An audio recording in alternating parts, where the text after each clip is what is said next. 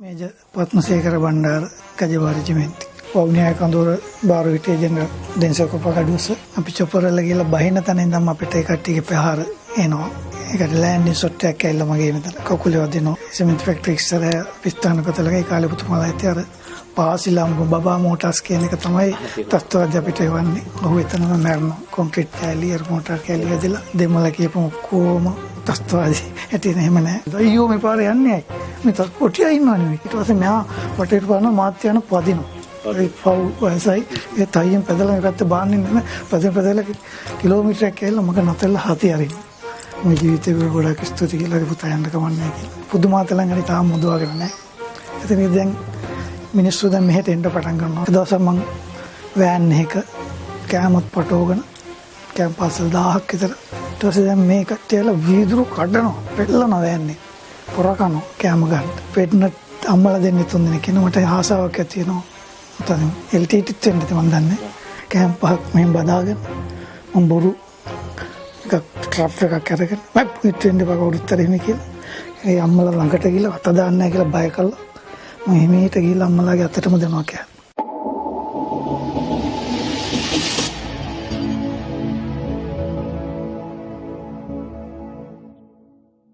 Hello guys, welcome to Raja TV. Raja TV YouTube channel එකට ඔයගොල්ලෝ ආදරෙන් පිළිගන්නවා. ඉතින් තාමත් අපිව subscribe කරන්න බැරි වුණා නම් දැම්ම පාලින් තියෙන රතු පාට බටන් එක click කරලා අපේ channel එක subscribe කරන්න. ඒ වගේම තමයි ආදරෙන් මතක් කරන යාළුවනේ පාලින් තියෙන bell icon එකත් click කරගෙන ඉස්සරහට යන් වීඩියෝ එකක් දාපු සැනින් බලන්න alert එකේ ඉන්න.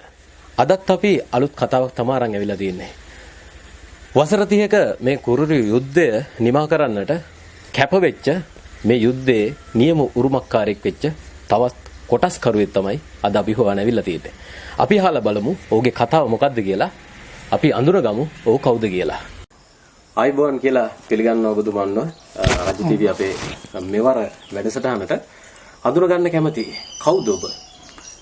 ප්‍රථම ඔබතුමාට සුබ දැසනක් කියලා ප්‍රාර්ථනා කරනවා. සුබ දැසනක්. ඉතින් මම ඉන්ටර්විව් එකට කැඳවීම සෙවදුව රජ ටීවී ඔබතුමාලගේ ආයතනයේ බෙහෙම ස්තුතිවන්ත වෙනවා. මම මේජර් පද්මසේකර බණ්ඩාර කජවාරි ජිමෙන්ති.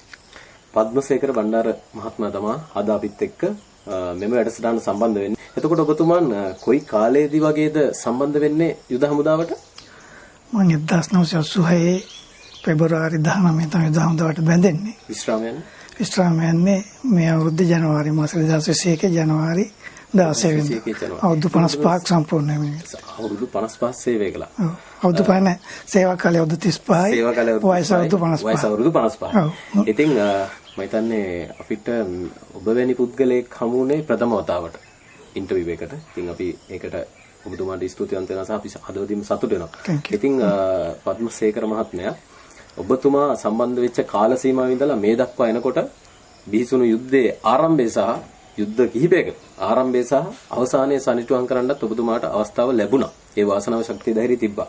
මම කැමතියි දැනගන්න ඔබතුමා යුද හමුදාවට සම්බන්ධ වෙච්ච කාල සීමාව ඉඳලා මේ දක්වා මොනවද තිබ්බ අත්දැකීම් සහ ඔබතුමාගේ කතාව විස්තරය. ඉතින් මගේ ගම් පළාත අම්පාර කොක්නහර මූලික ගම. පසු කාලේ විවාහයෙන් පස්සේ දෙහියත් කණ්ඩිය චන්දනගම් පාරේ මගේ පදිංචියට එනවා. ඉතින් මම යුද හමුදාවට බැඳෙන්නේ 1986 පෙබරවාරි 19 වෙනිදා. ආධුනික සබලෙක් වශයෙන්.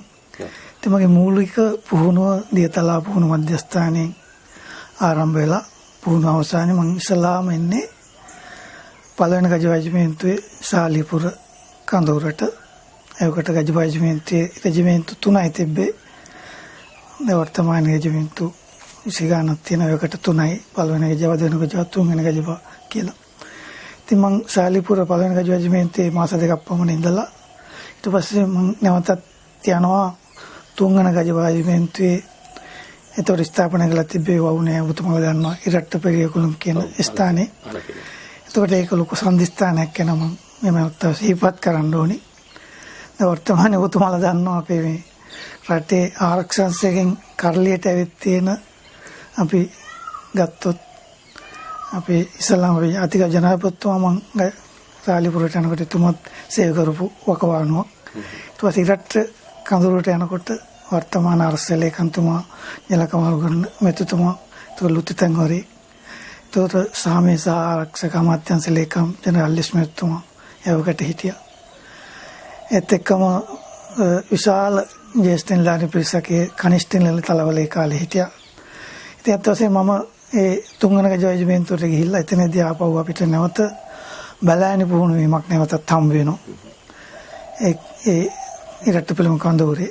ඒකේ මගේ ඒ පාඨමාලා බාර නිලධාරී ඉන්නේ වර්තමාන ආරක්ෂක ලේකම් ජෙනරල් කමල් ගුණරත්න මහත්මයා. එතුමා ඒක ලුතිතන් නිලේ. එතුමා තවතිම ශ්‍රීජු නිලධාරියෙක් එදාසින කනිෂ්ඨ නිලධාරියෙක් නියම තීරණ ගන්න සාත්‍ය තියෙන නිලධාරී. මේ පාඨමාලා බාර නිලධාරී තුමා ගැන පොඩි පාඨමාලා ගැන පොඩි මතක් කිරීමක් කරන්න.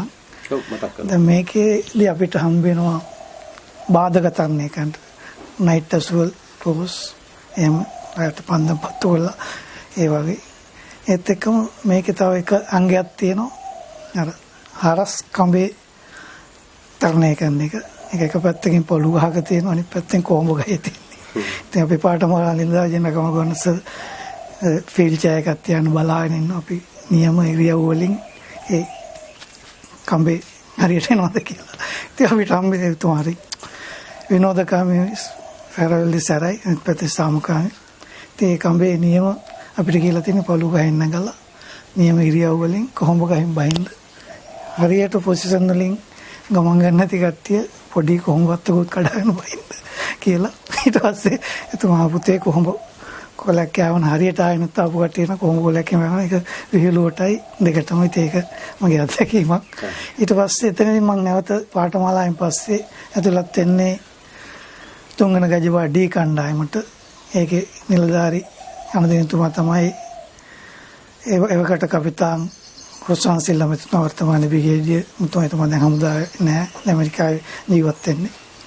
ඒක ඇවිල්ලා ඒ කණ්ඩායම වල RDF කම්පැනි කියලා. ඒ කියන්නේ ඒකෙන් ඒක ක්‍රියාව වෙන්නේ සතුරාගේ කඳවුරු හොයාගෙන ගිහිල්ලා ඒවට පහර එල්ල කරන එක. ඉතින් මේ RDF කම්පැනි තමයි ඇතුළත් වෙනවා.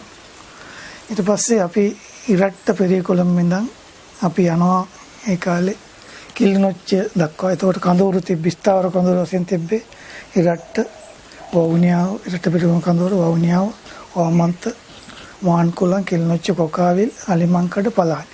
ඔය කඳවුරුත් විතරයි තිබ්බේ. ඒතකොට මගේ මතකයේ හැටියට වවුනියා කඳවුර බාරු හිටියේ ජෙනරල් දෙන්සකෝපකඩුවස. ඉතින් අපි කිලිනොච්චේ පැත්තේ කඳවුර වලට පැහැරලා ගන්න යනකොට ලොකු අත්දැකීමක් තියෙනවා. අපි දවස්වල යන්නේ අර රෙසම් පැකට් 72 වියලි සලාකමලු. ඒ දවස්වල අර බත් තින් එක තමයි ආව කරිස්ටින් එක. අපිට වතුර බෝතල් දෙකෙන් තමයි අපි ගමන ආරම්භ ගන්නේ. සාමාන්‍ය වතුර බෝතල් දෙකකින්.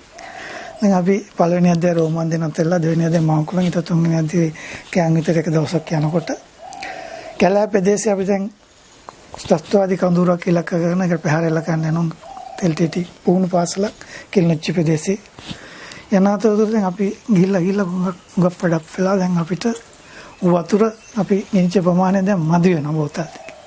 තවත් දුරටත් උගේ කඳුරට යන්න තියෙනවා කැලෑ. අද නමුත් වතුර ගන්නවත් වවක්වත් කොහෙවත් නැහැ. දැන් කොහොම හරි අපි චුට්ට වතුර තොල ගෑවට බෝතල් දෙක අපි නදුනොත්ම නැති. ඒක තැනකදී අපිට අපි ඔක්කොම විඩාවටපත් වෙනවා මුළු කණ්ඩායම. එතකොට මම අර අපෝගේ මගේ නායක අපේ ඕසි එතකොට කපිතාන් රොසාන් සිල්ලාස් එසත් හරි උසයි මේ එසගේ ලොකු පැක්කයක් කරේ දාගෙන යන්නේ. සර්ගේ පැක්කේ නිතරම තියෙන ලොකු වතුර බෝතල් දෙකක් සර් එක හැමතැනම අරන් යන්නේ. ඒක සර්ගේ පරිභෝජනයේටම නෙවෙයි. ඉතින් දැන් සර් කරපු වැඩි මට අද වගේ මතකයි. අපි දැන් පෙළියට මේ විදිහට ඩොන් ගිල්ලා ඉන්නකොට සර්ගේ අර වතුර බෝතලෙන් කොටම කටාරින් ගිහලා පොඩ පෙළියට දාගෙන යනවා. ඉතින් අපිට පොඩි මොරාලයක් යනවා ඊට පස්සේ. ඊට පස්සේ ගිහලා අපි ඒ කඳුර වටලා පාන්දර 7ට වටලා අපි පැහැරක් එල්ල කරලා අත්පත් කරගන්නවා. ඊට පස්සේ අපි යනකොටත් ඒ තස්තවාදීන්ට උදේ ආහාර කඩලා රෙමේ තම්බලදී මට මතක අපි ආහාරයට ගත්තයි. මොකද ඒ අපිට සැකයක් හිතන් දෙන්නේ අනකොට ලිප උඩ තිබ්බේ. ඊට පස්සේ අත්පත් කරලා පස්සේ අපි ජෙනරල් කොබ්බකඩුව සර් තමයි මේ ක්‍රියාන්විත ප්ලෑන් කරන්නේ ඔක්කොම. ඊට කලගේ හොස ජෙනරල් කොබ්බකඩුව සර් අපි නත්තාසියෝගේ චොපර් එකේ අපිට අවශ්‍ය කෑමද බීමද හැම දෙයක්ම අරන් එනවා. ඉතින් පද්මසේකර මහත්මයා ඔබතුමා බොහොම හොඳ අත්දැකීම් ටිකක් මතක් කරගෙන ආවා ඔබතුමාගේ කතාව තුළ. ඒකෙදී එක තැනක් තිබ්බා නියම නායකයෙක්ගේ ගති ලක්ෂණයක් වතුර දීපු කතාව. මම හිතන්නේ බ්‍රිගේඩියර් රොෂාන් සිල්ලා මහත්මයා. ඉතින් අපි එතුමාටත් බෙහෙවින්ම අපි ස්තුතිවන්ත වෙනවා යුද බිම තුල අපේ සෙබළුන්න අසරණ කරේ නැහැ පුළුවන් විදියට සහයෝගය දුන්නා. ඒක ඔබ අවස්ථාවක් කරගත්ත එතුමන්ට ස්තුති කරන්න. එතකොට ඔබතුමාගේ දැන් කතාව නතර කරේ අපි මම නැවතර ක්‍රියාන්විතයෙන් පස්සේ කිලිනොච්චි. එතන ඉඳලා පටන් ගමු කතාව. මොන වගේ අත්දැකීමක් වෙන්නේ නැද්ද? ඒක තුල තියෙන්නේ නැති අමතක නොවන සිදුවීම් මෙහෙම. අපි එතන ඉඳලා කතාව ඉස්සරහට යමු. ඊට පස්සේ කිලිනොච්චේ ඉඳන් අපි චොපර් වල නැවත මුන්නාරම් පැත්තට ක්‍රියාන්විතයකට යනවා. චොපර් වල ගිහලා බැලලා තියෙනවා. තමයි ඔපරේෂන් එක. ඉතින් බහින චොපර් මමත් ඒකට සහභාගී වුණා. දැන් අපි චොපර් වල ගිහලා බහින තැන ඉඳන් අපිට ඒ කට්ටියගේ ප්‍රහාර එනවා. ඊට පස්සේ එක තැනකදී ඒකට ලෑන්ඩින් ෂොට් එකක් ඇවිල්ලා මගේ මෙතන කකුලේ වදිනවා සාමාන්‍ය තුවාලයක් එනවා. ඊට පස්සේ මට ලොකු අමාරුවක් නේ. නමුත් අර ෆීල්ඩ් සෙන් එකක් දාලා මගේ ප්ලටෝන් කමාන්ඩර් මට ඒතර ජෙනරල් සේනාධිපති නන්දන සේනාධිපති සර් මට කියනවා ඔයා ආපහු යන්න චොපර් එකේ කියලා. මම ඊට පස්සේ ආපහු නැවතත් චොපර් එකේ කිලිනොච්චිට ඇවිල්ලා එහෙම අනුරාධපුර රෝහලට ප්‍රතිකාර කළා. සුවුනාට පස්සේ ආපහු ගිහලා එතනින් පස්සේ නැවත මම ආපහු සහභාගී වෙන්නේ වඩමාරච්චි ක්‍රියාන්විතය 1987 වර්ෂයේ. ප්‍රබල ක්‍රියාන්විතය. ක්‍රියාන්විතය ගත්ත වශයෙන්ම ඒ ක්‍රියාන්විතය මෙහෙයුවේ අපි රටේ දේවත්වයන් සලකන ජෙනරල් කොබ්බාගඩ දෝසේම අපි ගජවාජිමෙන්තු පියාවෙන අපේ ජෙනරල් විජේවර්ධන සභ දේවත්වයන් සලකන අපේ රෙජිමෙන්තුව ඒ සල්ලා දෙන්න තමයි ඇත්තටම මේක ක්‍රියාන්විතය මෙහෙයුවේ. එතකොට අපි ඒකෙත් මගේ පොඩි අත්දැකීමක් තියෙනවා. වඩමාච්චි දැන් ක්‍රියාන්විතය ඉවර වෙලා අපි නතර වෙලා ඉන්නවා නෙල්ලියඩි. ඔබතුමාලා දන්නවා ඇති නෙල්ලියඩි ලොකු ඉස්කෝලයක්. ඉස්කෝලේ නතර වෙලා ඉන්නවා. ඊට පස්සේ එදා රෑ අපි නෙල්ලියඩි ඉස්කෝලේ නතරලා ඉඳලා පස්සේ අපි පහුවදාට අපි මාරු කරනවා ගැමුණු පස්වෙනි ගැමුණු රෙජිමෙන්ට් චාලි කම්පැනි කට්ටිය එතෙන් දාලා අපි චොපර් වල ඒ කට්ටිය මෙහෙට එනවා. අපි චොපර් වල නැවත වාසිලංග වලට ගෙනත් දානවා. ඊට පස්සේ අපි එදා ආපු දවසේම ආපහු අර ගැමුණු රෙජිමෙන්ට්ගේ ඒ චාලි කම්පැනි කට්ටියට ලොකු ප්‍රහාරයක් කළා තත්ත්වවාදීන්ගේ. එතනදී ඒ අපේ සොල්දාදු ගැමුණු රෙජිමෙන්ට්ගේ විශාල ප්‍රමාණයක් මැරෙනවා තුවාල වෙනවා. ඊට පස්සේ මේකත් සමහර විට එදා රාත්‍රී අපිට යනවා. ඒක මම සාදාගෙන කාටුනත් අපි සොල්දාව කාටුනත් ඒක හොඳ නමුත් මම සතුටු වීමක් වෙනව නෙවෙයි. නමුත් එදා අර කේද වාචකයෙන් බේරුණා. ඊට පස්සේ මේත් එක්කම ඔය සාමි උදා වෙනවා. විජයජාතමත් කාලේ සාමි. ඊට පස්සේ අපි මම බලායද්දි ඊට පස්සේ අපි කුරුම්බ සෙට් ස්ථාපන වෙලා ඉන්නකොට ඔබතුමාලා අහලා ඇති ඒ කාලේ ඔර ඉන්දියන් ෆ්ලයිට් වල එලා ආහාර එහෙම දානවා කියලා. පරිප්පු සීනියලා මොකද ඉතින් අපි මේ වගේ දානවා. අපිටත් ඉතින් පස්සේ තමයි දන්නේ මේ කොහෙන්ද දැම්මේ කවුද දැම්මේ කියලා. ඊට පස්සේ ඒකත් මම ඇත්තටම දැක්කා. ඊට පස්සේ අපි කෙලින්ම ආපහු අපිට නියෝගයක් හම්බ වෙනවා කොළඹ ප්‍රදේශ රාජකාරියන්ට කියලා. ඊට පස්සේ පලාලි වලට ඇවිල්ලා අපි ඉන්දියන් ඒ ෆ්ලයිට් එකම අපි රත්මලාන්ට ඇවිල්ලා රත්මලාන ඊට පස්සේ ඒ වැරියල්ල රාජකාරී කරන රෝඩ් ඩොක්ටර් රාජකාරී. ඊට පස්සේ එතන රාජකාරී කරන අතරතුර අපි නැවතත් එතකොට 1987 වර්ෂයේ 4 වෙනි බැලෑනිය ගජපා රෙජිමෙන්තු ස්ථාපනය කරනවා. ඒක ස්ථාපනය කරන්නේ ඔබතුමාලා දන්නවා ඇති ඔය වැලිකන්දට පොඩ්ඩක් එහා පූනානි කියන ප්‍රදේශයේ.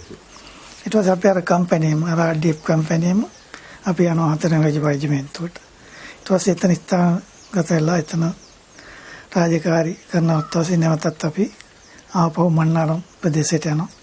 ඒ මන්නාරම් ප්‍රදේශ රාජකාරී කරන අතරතුර එතකොට අපේ ඔබතුමාලා කවුරුත් ඔය මම ප්‍රසිද්ධන්තම කියන්නේ චාකි ගාල්ලගේ සර් කියලා අහලා ඇති. සර් තමයි අපේ දෙවනන්දයා ඉන්නේ එතකොට. මන්නාරම් ප්‍රදේශයේ එතුමත් හරි දක්ෂ නිලධාරියෙක්. ඊට පස්සේ ඒ අතරතුර ආපහු නැවතත් ඔය කංකසන්තුර සිමෙන්ති ෆැක්ටරි එහෙම උකට තිබ්බේ තස්තවාදීන්ගේ යටතේ. ඊට පස්සේ ඒ අපි ක්‍රියාන්විතයක් කළා අතන ගජබයිජ්මෙන්ති අපේ මේ සිමෙන්ති ෆැක්ටරි ප්‍රදේශ අපි අත්පත් කරගෙන අපි එතන ස්ථාපනය වෙලා ඉන්නවා. එතනදිත් මගේ තව සිද්ධියක් තියෙනවා. දැන් එතන අපි ඔය සිමෙන්ති ෆැක්ටරි ඉස්සර අපි ස්ථානගත ලගා ඒ කාලේ පුතුමාලා ඇති අර පාසිලම්බ බබා මෝටර්ස් කියන එක තමයි තත්ත්වවාදී අපිට එවන්නේ. දැන් මම එක දවසක් මගේ ටර්න් එක තිබ්බේ මට මතක හැටියට 6:00 රාත්‍රී. ඊට පස්සේ ආපහු 6:00 වෙලා මම රෙස් කළා. ආපහු නැවත මම 12 ඩියුටියට යන්න ඕනේ. එතකොට මේ වගේ ඉස්සර පොයින්ට් එකේ දැන් ඔන් සෙන්ටි ඉන්න ඊට අමතර අනිත් ෆෙස් කරන සෙන්ටි ආ ඉන්නවා. ඊළඟ තුන්වෙනි කෙනා මේ වගේ ස්ලැබ් එකක යට තමයි රෙස් කරන්නේ. අනිත් දෙන බංකරය ඇතුළේ ඉන්නවා. ඉතින් මම මගේ ඕප්පෙලා මම අර ස්ලැබ් එක ඇතුළේ බිම රෙස් කරන අතරතුර නැවත මම 12ට මට මම ඩියුටියට ලැහැත්තිලා යනවා. ඉල්ල ඉන්න එක්කෙනා ඔප්පලා නැවතත් අර මම නිදේ ඉන්න තැන ඇවිල්ලා නිදේ ගන්නවා. නාඩි 20ක විතර පස්සේ එදා රෑ අපිට මේ කට්ටිය බබා මෝටා ඒ පාසල් කෙනෙක් ගහනවා. එලකනොට එකක් ඇවිල්ලා අර මං ඉතින් හිටපු තැන වැටිලා ඔහු එතනම මැරෙනවා. කොන්ක්‍රීට් කෑලි එර් මෝටර් කෑලි ඇදලා මං එතනදී තව වෙන පැය භාගයක් විතර මං හිටියා නේරනම මට සිද්ධ වෙන්න පුළුවන්. මගෙත් හිටපු වාසනාවකට බේරුණා. ඊට පස්සේ නැවත මං ආපහු එතනින් මං එතකොට සාජන් නිල්ලේ වගේ මං ඊට පස්සේ මං නැවත යනවා අම්පාර කොණ්ඩුවට වන්ට උපදේශකයෙක් ඇති රාජකාරී කරන්න. ඉතින් මම මේකෙම පොඩි පණිවිඩයක් දෙන්න යන්නේ රටේ සමස්ත ජනතාවට මේ අපි සමහර කට්ටිය නෝ දෙමළ කියපු කොම තස්තවාදී ඇති එහෙම නැහැ. හොඳ පුද්ගලයෙක් ඉන්නවා කියන මම හඳුන්වන්න යන්නේ මේකෙන්. මගේ අත්දැකීම සමග. එතනදී අපි අර ඒ දවස්වල මාසිකට සැරයක් අපේ ඒ කඳවුරේ චෙක් බාර දෙන්න යන්න තියෙනවා මඩකලපු ප්‍රදේශයට. ඊට අමතර අපේ ඒ කොණ්ඩුවටුවන් ට්‍රේනින් ස්කූල් එකේ බටපිරිසක් කුඹුරු මුල්ල කියන කඳවුර ස්ථාපනයේ කට්ටිය පඩි සල්ලි ගෙවන්න කීප දෙනෙක් යන්න තියෙනවා. ඉතින් මම මේ ගමන හරි සතුටින් යනවා. මොකද මගේ ගෙවල් දෙහියත් කන්නේ මම ගෙවල් එකේම හදන අලුත. ඉතින් මට මෙතනදී අපිට යන්න තියෙන වැලි කන්දර ගිහිල්ලා ඒ දවස්වල කොන්නෝ වෙලා තමයි මඩකලපුවට යන්නේ. සවඳ කොන්නෝ එකේ මඩකලපුවට ගියාම ආපහු එන්න තියෙන්නේ සිකුරාදා කොන්නෝ එකේ නැවත එන්න තියෙන්නේ ඒ පරිපාලන කටයුතු කරලා. එක දවසක් දැන් මට ඒක ලොකු රිස්ක් ගමනක් ගොඩක් කට්ටිය අකමැති මොකද කොන්නෝ යනකොට අතරමඟ ගහනවා බ්ලාස්ට් කරනවා ඒක. නමුත් මං ආසාවෙන් යනවා. මට ඒ පොඩි කාලේ හරි වටිනවා මගේ ගේ හදාගන්න. ඉතින් මං ඒ චෙක් ටිකයි පඩිසල්ලි අරන් දවසක් යනවා. ගිහලා මං හැබැයි මේක නීති විරෝධී හමුදාවට මං කරන වැඩේ වැලි කන්දට ගිහිල්ලා මං කරපට එක දවසෙම වාහනවල යන්න තහනම් පාර යන වාහනවල තහනම් දාතේ මොකද මග LTT එකෙන් බාගෙන කුමාරනවා නැත්තම් මොකක් හරි කරනවා. ඉතින් මං කරන වැඩේ පාරට ඇවිල්ලා ලොරියකට අත දාලා පැත්ත යන එකට කැමතිත් නෑ දාය නෑ. ඉතින් මං නැගලා යනවා. ඊළඟ මං ට්‍රක් ගාලා එක දවසින් ගිහලා විනාඩි 15ක් ඉස්සක් යන චෙක් එක වාර දෙන්න. මම එක දවසක් ගිහලා විනාඩි 5න් චෙක් එක වාර දෙනවා. ඊට පස්සේ ආපහු මට එන්න තියෙන්නේ කුඹුරු මුල්ල කියන කැම්ප් එකට පඩිසල්ලි 3ක් ගෙවන්න. මේ දවස් 12ක් විතර ටයිම් එකක් මම එක දවසේ කවර් කරලා ඉතුරු එක මගේ වැඩවලට මම යොදාගෙන ඉන්නේ. ඊට පස්සේ මම කරු වැඩේ ඊට පස්සේ පඩිසල්ලි ගෙවන්න එන්න ඕනේ කුඹුරු මුල්ල කැම්ප් එකට. ඊට පස්සේ මම මඩකලපුව ස්ටේෂන් එකට ඇවිල්ලා එතන කෝච්චිය නැගලා මම ඇත්තටම හරියටම දන්නෙත් නැහැ කොහොමද එන්න ඕනේ කියලා.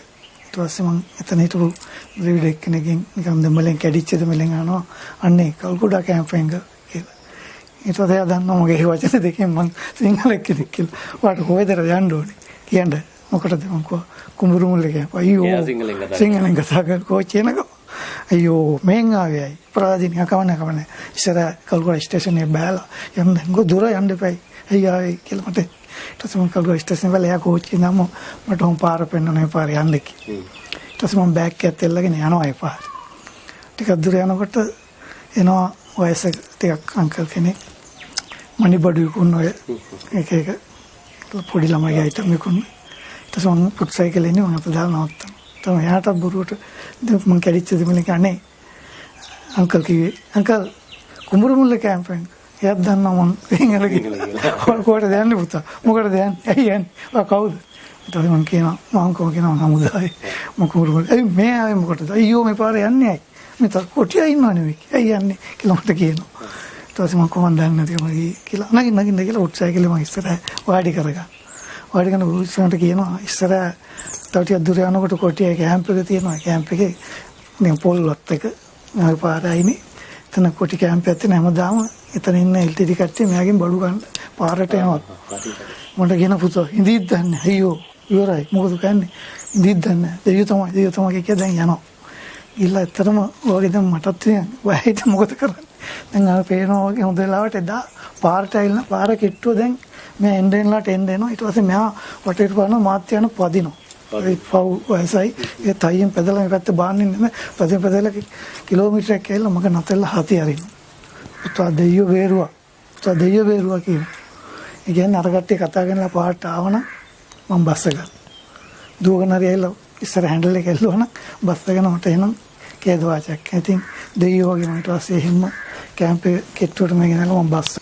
මගේ ජීවිතේ ගොඩක් ස්තුති කියලා පුතා යන්න කමන්නේ කියලා. ඊට පස්සේ කැම්පේට ඇවිල්ලා මම ඊට පස්සේ ඒ පඩිසල්ලි ගෙවලා ඒ අත්දැකීමට ගොඩක් අමතක ඉතින් පත්මසේකර මහත්මයාගේ කතාව අහගෙන ඉන්නකොට ඇත්තටම අපිට මේ නැවෙනවා හිතේ මොනතරම් අත්දැකීම් සම්භාරයක් ඔහු තුල තියෙනවද ඔහුගේ කතාව තුල. ඉතින් බොහොම වැදගත් කාරණයක් කියවුණා පත්මසේකර මහත්මයා ඔබතුමාගේ කතාව ඇතුලේ හැම දෙමළ මිනිස්සෙක්ම ත්‍රස්තවාදීක් නෙමෙයි. ඇත්තටම ඒක සමාජගත වෙලා තිබ්බ මතයක්. ඒ මතය වෙනස් කරන්නට අත්දැකීමත් එක්කම උත්තරයක් අපිට දුන්න පත්මසේකර මහත්මයා. ඕගොල්ලොත් ඒක අනිවාර්යයෙන්ම මම හිතනවා හිතට ගනී කියලා හැම දෙමළ මිනිස්සෙක්ම ත්‍රස්තවාදීක් නෙමෙයි. ඉතින් මේ කතාබහ එසේ යනකොට මම දැනගන්න කැමතියි පත්මසේකර මහත්තයා ඔබතුමාගේ කතාව ගලාන ආවා. මෙතනින් එහාට වෙච්ච සිදුවීම් ක්‍රියාන්විත රාජකාරී වලට කොහොමද සම්බන්ධ වුනේ සහ ඒ රාජකාරී වල තිබ්බ බිහිසුණු අත්දැකීම් වලින් මදක් දැනගන්න කැමතියි. ඇත්ත වශයෙන්ම අද ප්‍රෝග්‍රෑම් එකට වැඩි හරියක් ආවේ මං ගැන කියන්න වැඩිය මේ සමස්ත අපේ හමුදාවේ ඉන්නවා අපේ හමුදාපතිතුමා ඉඳන් පල්ලහැට යනකම් සියලු අත්දැකීම් ඇවිල්ලා මේ අනිත් කට්ටියට සිවිල් කට්ටියට වෙන කට්ටිය අත්දැකීම් තියෙන්නේ මචං කාර්ය කියනකොට උලම් බැස්සා රෝදේ මාරු කරා නැත්තම් මචං කපාර මේසෙ වැඩේ වගේ වෙනමුත් අප සොල්දාදුන්ට එහෙම ඒවා නෙවෙයි තියෙන්නේ යුද්ධ අත්දැකීම් එක්ක සොල්දාදියෙකුට අත්දැකීමක් ගත්තොත් කියයි මචං මාර වැඩේ උප්පේ යනකම කරයන් කුලන් වල එක තැනකදී බොට්ටු පවත්තියක් වටේට තියෙනවා කටුක අත්දැකීම් අර අනික් කට්ටිය සුන්දර අත්දැකීම් නේ. ඉතින් මං වගේ තව ගොඩාක් ඇති. ඇත්ත වශයෙන්ම මේ සොල්දාදුවෙක් කියන්නේ ඇත්තටම අපි කියමු ගමේ ඉන්න චමින්ද ඉස්කෝලේ යන කාලේ කුරුම්බ කටනවා හොරපොල් කටනවා මොන හරි කරනවා. හමුදාව ගත්තට පස්සේ පෙතිරිපු වෙනස් කරනවා. ඊළඟට චමින්ද 22කින් පස්සේ පෙන්ෂන් ආවට පස්සේ ඒ චමින්දාන මචං පොල් කඩන්නේ ගහේ ගිහිල්ලාද ඒ තරම් ඒ වෙනස් ප්‍රතිරූපයක් හදනවා ඕනෙක්. ඉතින් ඒ විනය කියන එක උකහා ගන්න ඕනේ. අපේ රටේ සම්පත් ගන්න ඕනේ. ඒක මාර විනයක්. ඉතින් ඒක තමයි කල්පනා කරන්නේ. දැන් හමුදා එක්කෙනෙකුට තනරොද්ද මං වුණත් මට දැන් පෙන්ෂන් එකක් හම්බ වෙනවා. මට කියනවා යම් කිසි ක්‍රියාවකට පඩි නැති වෙන කියලා මම යන හරි ආසයි. ඒ වගේ තමයි අපිට මේ ඕනේ. දැන් ඔය පත් කරපු ඔය දැන් වර්තමානයේ නිලතල වල ඉන්නවා. අපි කියමු අපි ආරක්ෂක ලේකම්තුමාද කිව්වා කනිෂ්ඨ නිලේ ඉඳන්ම තරතනකට. ජනාධිපතිතුමත් එක්ක මම ක්‍රියාංග සහභාගීලා තියෙනවා. ඔබතුමාලා දන්නවා මේ දවස්වල කොටුවේ ක්‍රියාන්විත කොටුවේ අති 91 වගේ මට මත 90 වගේ කොටුවේ පිරිසක් යම් කිසි පිරිසක් හිර වෙලා හිටියා. එතකොට ජනාධිපතිතුමා ඒ ක්‍රියාන්විත හිටියා. අපි මාස පොන්සේකසර් අපි කුතුහල ක්‍රියාන්විත කරේ. අපි මණ්ඩති වලට චොපර් වල ගිහිල්ලා බෑහලා. ඊට පස්සේ කලුපිය ඩිංගි පොට්ට වල ගිහලා එතන හිටපු කට්ටිය මුදෝගෙන මෙහෙට ගත්තා. ඊට පස්සේ අන්තිමට ඒ වගේ අත්දැකීම් තියෙනවා. ඊළඟට වර්තමානයේ මම ගැන කියන එක එක්කෙනා ගැන මම හැම කෙනෙක්ම රාජකාරී කරලා තියෙනවා. ඔය සාගිගාල්ලගේස අපි ගජබායි ජමෙන්ති යම්කිසි කඳවුරක් අලංකාර ලස්සනද එතුමාගේ නායකත්වයේ දැල්ලා තියෙනවා. ඒතකොට අපි සාමය ආරක්ෂා මධ්‍යන්ත ලේකම් ජනරාලිස්ස එතුමා තුවාල වෙලා ඔබතුමා දකින්න ඇති ඇවිදින්නේ නොන්ඩිග. ඒතකොට හතරවෙනි ගජබායි ජමෙන්ති අන්දලදාතුමා ඉන්න කාලේ ඔය පුළු පුණා ඔබතුමාලා අහලා ඇති ස්ටිප් කඳවුරෙන් තත්ත්වයෙන් ආටි ගන්න එකක් ගන්න. කාලතුවක්කු. එතකොට ඒක හොයන්න බාර වෙන්නේ අපි ජනරල් අලිස්සට තමයි. එතකොට ඒක යනදින්ලා හතරවෙනි ගජ. එතුමා නොන්ඩිගකාර ක්‍රියාන්විතේ අපිටත් වැඩි වේගෙන් ෆීල්ඩ් එකේ කුඹුරුඩින් පැන ගිහලා මාර කැපයෙන් කරපු නිලධාරි. එතකොට අපි ෆීල්ඩ් මාස්ටර් ෆොන්සේකා සර් කෙනෙක් ගත්තොත් අපි පිනට අපි ජාති වාසනාවට පහළ වෙච්ච නායකයෙක්. අපිට මේ මොකක් හරි දෙයක් කරනකොට හමුදා නීතිගරුක නිලධාරියෙක් වශයෙන් ප්‍රාඩ් වුණාම අපිට ඒ ඕනේ පුට් සයිකල් හැරේ ගිහිල්ලා කරන ඕන ජෙනරල් කෙනෙක් හරි වැඩේ විතරයි අපිට උනේ. ලාභ ප්‍රයෝජන ඕනේ.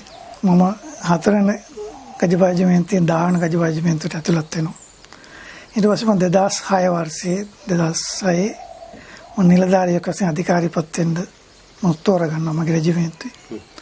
ඊට පස්සේ එතනදී අපේ යුද හමුදාවේ ජේෂ්ඨ හොඳ විනයක් තියෙන සාමාන්‍ය දැනුමක් තියෙන ක්‍රියාන්විත පාන හොඳ පර්සනලිටි එකක් තියෙන පර්සනල් ෆයිල් එක හොඳ පිරිසත් වල අධිකාරිපත් කරන්න ගන්නවා. ඉතින් අපි 66 දෙනෙක් හිටියා. අපිට පාඨමාලා පුහුණු පාසල් 3ක තිබ්බා. අම්පාර, දියතලාව සහ දුපුගොඩ. එතනදී මට ඇත්තටම හරි සතුටුදායක සිද්ධියක් වෙනවා. මොකද ඒකේ ඉන්නේ හොඳ අත්දැකීම් තියෙන කට්ටිය විශාල සම්භාරයක් ඉන්නේ. ඒතර ඒකෙම හිටියා හොඳ උපාධි තියෙන 5 දෙනෙකුත් හිටියා. ඉතින් මම මේ පාඨමාලාවේ බැච් එක නැත්තම් පළවෙනිය වෙනවා. පුහුණු පාඨමාලා 3. ඒකේ භාග්‍යයක් ඇටියට මට චීනේ මට පාඨමාලාවකට යන්න අවස්ථාව හම්බ වෙනවා. ඊට පස්සේ දැන් මම ආපහු ක්‍රියාන්විත පැත්තට ගියොත් මම දැන් අධිකාරියටපත් වෙලා මම ඉස්ලාම යන්නේ වාකරේ ක්‍රියාන්විතයට සහභාගී වෙන්න. එතකොට එතන මම පාලන කටයුතු නම් සහභාගී වෙන්නේ. ඊට පස්සේ වාකරේ ක්‍රියාන්විතය අපි ඒවකට 58 සේනාංක ටාස්ක් ෆෝස් 3 වශයෙන් ගියේ. අපි පටන් ගන්න සිංගප්පූරේ ඉඳන් ත්‍රිකෝණමඩු පාරේ අපි වාකරේට ඊයේ පැත්තේ. ඊළඟ අපි දැන් වාකරේ ක්‍රියාන්විත ඉවර වෙලා තෝණි තට්ටමඩු කියන හරියේ අපි ස්ථානගත වෙලා ඉන්නවා. ඉන්න අතරතුර අපේ ඒතකොට අන්දිල්ලාතුමා හිටිය වර්තමානයේ ජෙනරල් සාර්ථ සමරකෝන් එතකොට මේජර් සාර්ථ සමරකෝන් සර් මට එකලාගෙන නියෝගයක් දෙනවා. දැන් වාකරේ බ්‍රිගේඩ් එකට ගිහිල්ලා මේ අපි පාලන කටයුතු සඳහා අවශ්‍ය පොඩ්ඩක් බලන්න මොනවද තියෙන්නේ කියලා. ඊට පස්සේ මම මගේ බඩියා ඥාම් කියලා එයා දැන් මොටර් සයිකලේ දැන් මම යනවා මම පැදගෙන යනවා. ඉතින් වාකරේ අල්ලලාපත් කරගෙන ඉවරයි අපි. ඊට පස්සේ වාකරෙත් එක්ක ජීවත් වෙච්ච මිනිස්සු වරුදු ගාන ජීවිතේට හමුදාව කියන කට්ටිය දැකලවත් නැහැ. සමහරක් ඉන්නවා සිංහල ජාතිය දැකලා පුතත්වාදීත් එක්කම රිස්පිටිස් කොටසක් හිටියේ. ඉතින් මේ කට්ටිය දැන් ඔන්න පදිංචියට නැවත එන කාල සීමාවක වano. ඉතින් මේ කට්ටිය අපේ දිහා බලන නිකන් තස්තවාදියෝ. රවල බලන දත් මිටි කනවා අපි යනකොට.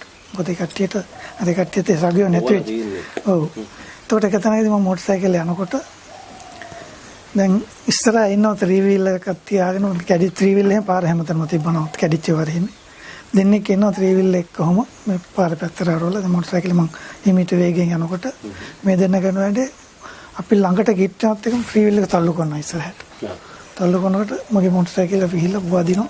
වැටෙනවා මේ දෙන්න දුවනවා. තස්තවාදී එක මරෝගුලක්සේ සමානයි. ඊට පස්සේ එතනදී මගේ මේ අත කැඩෙනවා. කැල්ල මගේ හැම මේ තාමත් තියෙනවා හොඳ වෙලා නැහැ. ඊට පස්සේ මම ගියා වාකරේට ගිහලා වාකරින් පොළොන්නරු හොස්පිටල් එකට ගෙනල්ලා මම මේකට දානවා පොළොන්න POP එකක් දානවා. ප්ලාස්ටර් එකක්. ඊට පස්සේ මම ඇත්තටම ඒත් එක්කම අපිට ආපහු පටන් ගන්න තොප්පිගල ක්‍රියාන්විතේ. ඒකේ ජනසාග ගාලගීස තමයි අන දෙන්නේ. ඒකට තුන් සේනාංක හිටියේ උතුමලා හැටි දායරත්නායකස.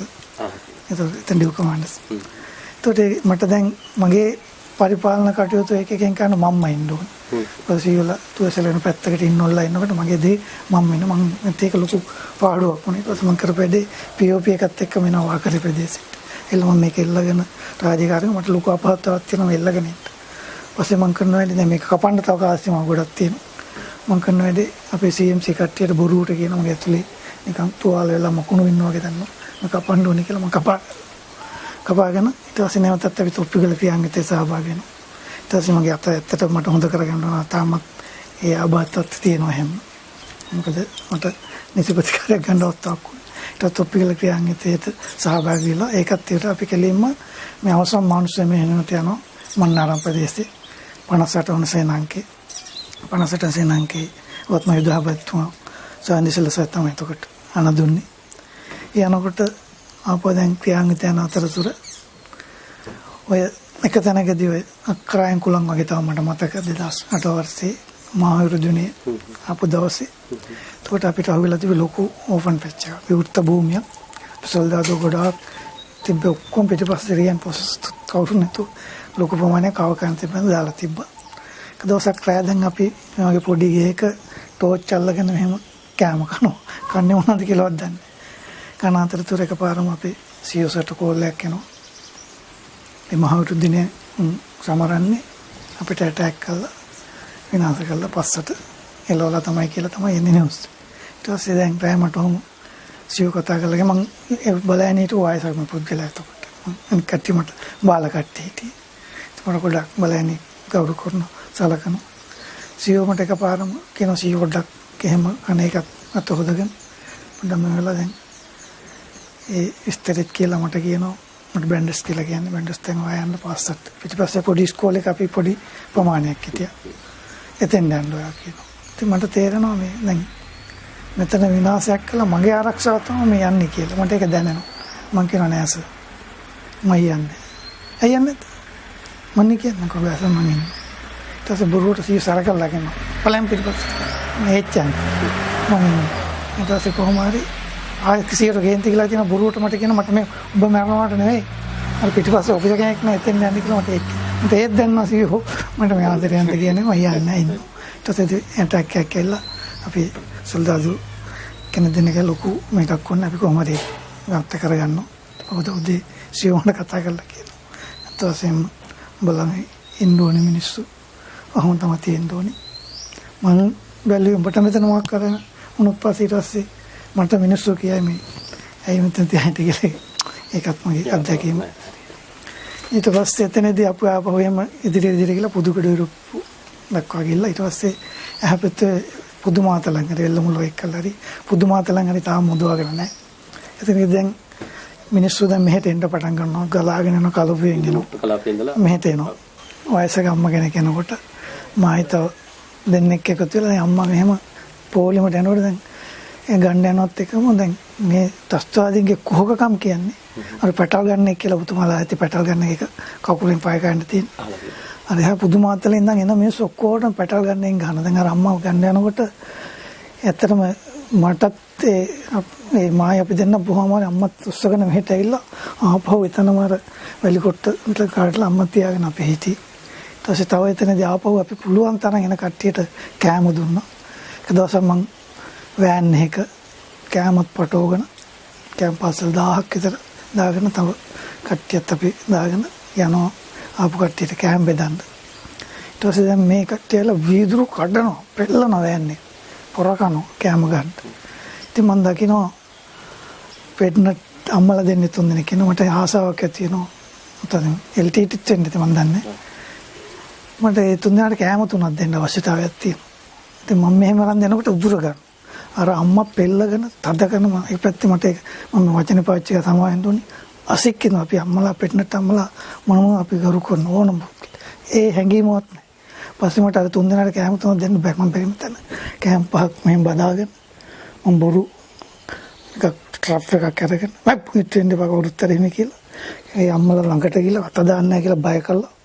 මම හිමීට ගිහලා අම්මලාගේ අතටම දෙනවා කෑම.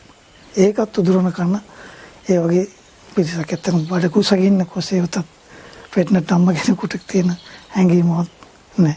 එතකොට පද්මසේකර මහත්මයා දැන් ඔබතුමා කතා කරගෙන ආපු කතාවේ අවසාන අගභාගයේ යුද්ධේ නිමා වෙන අගභාගයට එනකන් අපි ආවා. යුද්ධ මුක්ත කලාපයේ ඉඳලා ඔබතුමා ඒ කතාවේ කිව්වා කුසගින්න හිටපු අම්මලාට ඔබතුමාලා ආහාර දී ඔබතුමා ගත්ත අත්දැකීම ආහාර දීපයට. ඉතින් මොනතරම් සංවේදී හදවතක් යුද බිම තුලත් අපේ සෙබළුන්ගේ හිතේ තිබ්බද කියන එකට කදිම නිදසුන තමයි මේ පද්මසේකර මහත්මයා. ඉතින් ඒක තමයි අපි හැඳින්නුවේ මානුෂීය මෙහෙයුම කියලා. මේ මෙහෙයුමගේ ත්‍රස්තවාදී තුරන් කරන්න තමයි හැබැයි මනුස්සත්වය පෙරදරි කරගෙන මානුෂීයත්වය පෙරදරි කරගෙන තමයි ගියේ. ඒකට කදිම උදාහරණයක් දුන්නා පද්මසේකර මහත්මයා. ඉතින් මම දැනගන්න කැමති දැන් මේ යුද්ධය අගභාගයේ නන්දි කඩාල් වලදී කොටි ත්‍රස්තවාදී කල්ලි නායකයා ප්‍රබල නායකයා වෙච්ච වේලුපිල්ලේ ප්‍රභාකරන්ගේ අවසන් ගමන යනවා අපේ යුද හමුදාව අතින්. ඉතින් මම දැනගන්න කැමති මේ අවස්ථාවේ ඔබතුමා ක්‍රියාන්විතයේ කොහෙද හිටියේ සහ ඒ පිළිබඳ තොරතුරු ටික. අතවසෙම අපි දැන් අපේ ඒ රෙජිමෙන්ට් අපේ දාහන බලායනිය අතවසේ මේ ආසන්නයේ තමයි අපි ස්ථානගත වෙලා හිටියේ. ඊට පස්සේ මේ ප්‍රභාකරන් පුද්ගලයා ආවුණාට පස්සේ අපිට මටත් වාසනාවක් නැන්නේ දකින්න වාසනාවක් කියලා නෑ මේ වාසනාවක් කියලා තන්නේ දකින්න ලැබෙන්නේ මං කියන්නේ අර ඒ අවස්ථාව මටත් හම්බුණා. ගිහලා මේ එළමුළු එක්කලේ හරියට ගිහිල්ලා ඒ බලන්න. ඒත් ඔසේම අවසාන අවස්ථාවේදී දැන් අපි ඔක්කොම සේනාංක ගුලි වෙලා හිටියේ.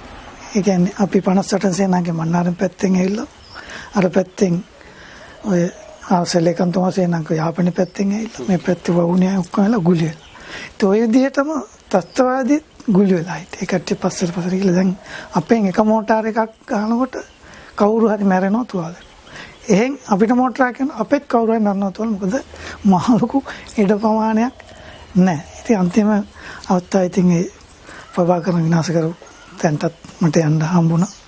ඊට පස්සේ එදා ඒ ප්‍රදේශයේ මේ අන්තිම මොහොතේ මිනිස්සු නින්දිතම වැඩක් කරා. තවත් තස්තවාදී වුණා. තව විශාල මහනුවරක් වගේ සමහරක් මිනිස්සු ඒ මිනිස්සුම මරලා තිබ්බා. කට්ටිය ගොඩක් කට්ටිය. ඒක අපිට දැනුණා.